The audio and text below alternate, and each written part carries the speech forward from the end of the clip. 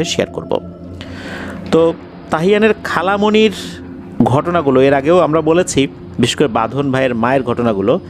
তো বাঁধন ভাইয়ের মা উনি অনেক আমল করা শুরু করেছেন।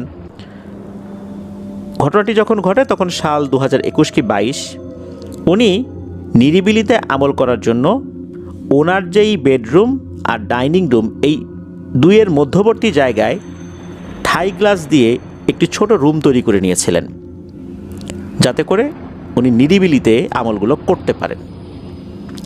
আর সবসময় ঘরের ভেতরে যদি উনি বসে থাকেন, অর্থাৎ ওনার রুমের মধ্যে বসে থাকেন, বাড়িতে আরও অনেক কাজ হয়, অনেকে কাজ করেন, সেগুলোও কিন্তু তদারকির প্রয়োজন আছে। দেখা যাচ্ছে উনি রুমের মধ্যে বসে আছেন, বাড়িতে যারা কাজ করছেন তারা তো জানছেন না যে উনি আসলে কোথায় বসে আছেন, তখন অনেক ধরনের অকারেন্স ঘটে যেতে পারে।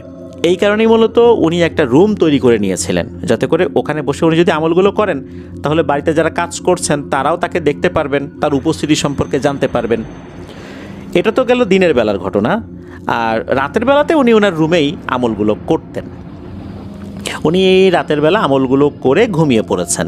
রাত তখন আনুমানিক 2টা কি 3টা বাজে। বাঁধন ভাই উনি দিনের বেলাতে বেশ